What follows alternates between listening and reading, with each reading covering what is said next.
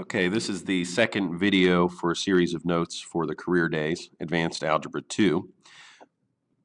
We will continue factoring these polynomials and solve them algebraically and verify using a graphing calculator. In this polynomial, again, we're facing four terms, so we should factor this by grouping. So let's start by grouping the first two and the last two terms together. In the first two terms, we have a GCF of x squared. When I factor out x squared, I'm left with x plus 5. In the second group, I think I can factor out a negative 4. And after I do that, I will again be left with x plus 5. That's a good sign for us because these two binomials now match. And that result is still equal to 0. I can combine the coefficients x squared and negative 4 to make one binomial, and the other binomial is x plus 5, and that equals 0. But we're not finished factoring yet because we again have a difference of two squares in this first binomial. That can be factored into x plus 2 and x minus 2, and we have x plus 5 left over. So based on this information, we should be able to identify the three zeros of this polynomial. And this binomial produces a 0 at negative 2. This one produces a 0 at positive 2. And this third example produces a 0 at negative 5. Those are my three zeros for this equation. We can then verify by switching to a graphing tool. And here's a picture of that graph. We have x cubed plus 5x squared minus 4x minus 20. Now, I didn't change the scaling on these axes at all, but you can clearly see that there's an intercept here at negative 5, negative 2, and positive 2. So when I'm looking at this equation, our guess of negative 5, positive 2, and negative 2 was absolutely correct.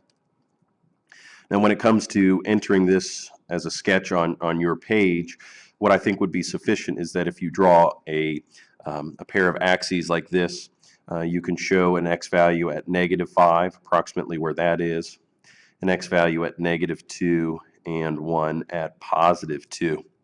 And while you're looking at the graph, you should be able to tell that the end behavior points down as we go to the left and up as we go to the right. It looks like we're producing this snake graph here. And that's verified by the leading coefficient of our original polynomial as well. We have a positive leading coefficient with an odd degree.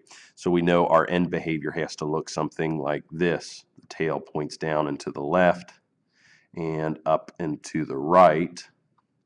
Now, since I don't need to sketch this as extreme as it is on the graphing calculator, we're making a sketch of what the graph would look like. I'll go ahead and draw these curves this way. I'll just come up, curve down, and turn through again. And this, I think, would be sufficient for a sketch of the graph. And this is good enough for me to verify the factors or the zeros of this polynomial. Let's try another one. And since this polynomial started off just like the others, I went ahead and factored it while the video was paused or while the recording was paused. And you can stop this video and double check your work as well, but I think you should be able to get to this point just like I did. We factored by grouping, recognized a difference of two squares, and factored it. And at this point, after we got to this line here, I went ahead and reorganized it a little bit. Since I had two binomials that were 2x plus 1, I wrote that as 2x plus 1 squared. So what we should recognize at this point, or what we can see here, is that there's going to be an x at negative 1/2 and an x, or I'm sorry, a 0, we should call this, a 0 at positive 1/2.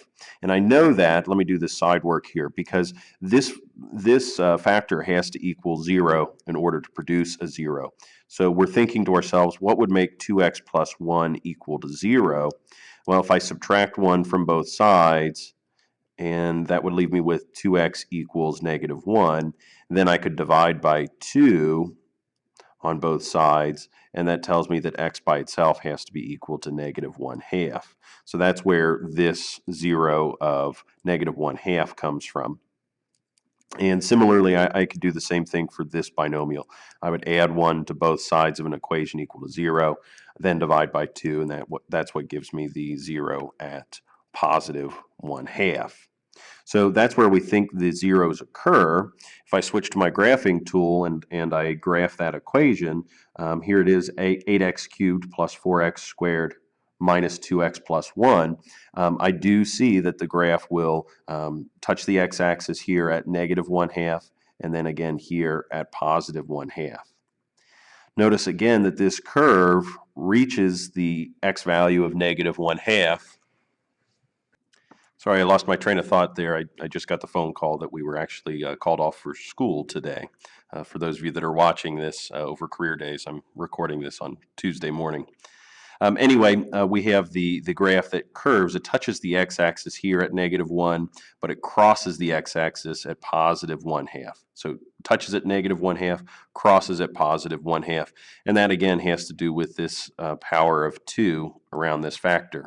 So if I'm sketching this graph, I'll start with a x and y axis here, and I'll place a dot here which represents -1/2, and I'll place a dot here which represents a +1/2. So again, while I'm sketching the graph, I should recognize that the end behavior looks something like this, where the tails point up and to the right and down and to the left. But at this point, since we only have two zeros, we need to have this curve just like this. It touches the x-axis and curves down. Now, we can verify the end behavior by looking at the original polynomial. We've got a positive leading coefficient and an odd degree, so we get the end behavior that we're looking for, and we only have the two zeros that we calculated as long as we draw it carefully like this. Let's consider another example, and in this case it's a trinomial, but we have a GCF, so let's start by factoring it. So the GCF here is 3x cubed. That's common to each of the three terms, so I'll factor that out. Then I'll write this as 3x cubed times, and what we're looking for is a value that multiplies to equal 9, or I'm sorry, a pair of integers that multiply to equal 9, but add to equal +6. So that's going to be a +3 and a +3. That's what would make this equation equal to 0. Now, if we take the time to rewrite this a little bit more carefully, we'll see that this is true. And I'm going to write this x inside parentheses just to make it really obvious that this represents one of our factors. We have x to the third power and x plus 3 to the second power. So again, our job is to consider what would make this equation equal to 0. And in order to make an equation equal to 0, one of these factors has to be equal to 0. Well, in this case, if x itself was 0, well, 0 cubed times 3 times no matter what this result is will always equal 0. Additionally, if x was -3, a -3 plus 3 here would make this factor equal to 0. That 0 times the remaining part of the polynomial would again force the equation to be equal to 0. So we again have a pair of zeros for this graph. And we know that a 0 occurs at 0 when x is 0 and when x is equal to -3. Now this time around, I would encourage you to try sketching this graph before you go to the graphing calculator to verify what it looks like. Now we know that there's a 0 at x equals 0 and there's a 0 at -3. If we look at this factor here where the -3 was produced, then what we have is a even power. And so this should represent the same sort of behavior that we saw in the last two examples. The curve of the graph will touch this x-intercept, but then again it'll turn away from the x-axis. It's not going to cross. It's only going to touch the x-axis. Whereas the 0 that's produced here has an exponent of 3. Now, we didn't talk about this yet, but I'll go ahead and say it now. Since this is an odd exponent, we'll continue to cross the x-axis, but we're going to have a slight curve here because the line that crosses at this 0 follows more of a cubic graph, which looks more like a snake. Now, ultimately, we have to follow the same end behavior that's shown by the original polynomial. So this is a positive leading coefficient with a odd degree. So I know that the tails have to be pointing in this direction, coming off these zeros. And I also know that this -3 has what we call an even multiplicity. It's a 2, so I know that at -3 it's going to touch this graph, or touch the 0, curve down, and then it has to curve back up to go through the next 0. But look at what I've done here for this sketch. I've drawn it, and there should be a slight bend at this 0. So let me make that a little bit more exaggerated here. There should be a slight bend at that 0. Rather than making a graph real smooth and straight through the 0 like we saw in the last example, this one has a slight bend to it, and that's because of this larger power odd multiplicity. So let's go to the graphing calculator and verify its shape. And there we have it. Although the line is a little bit more exaggerated in the real graph, we have the same features and attributes that we saw in that last sketch. The end behavior is again pointing down and to the left and up and to the right. We have the function that approaches the -3 and turns down away from it. And then as it approaches the 0 at x equals 0, we have this slight curve right at that position. So we knew that that would occur based on the multiplicity of the graph. And I think we've got a pretty good result here. So again, when it comes to sketching a graph, I think this would be a fine looking choice. Even though it doesn't match the original graph exactly, we have all the attributes that we expected to see. And we did verify this by going to a graphing calculator, and we did investigate the result. I'm going to stop this video here, and we have 3 more examples. I'll put that on one last video.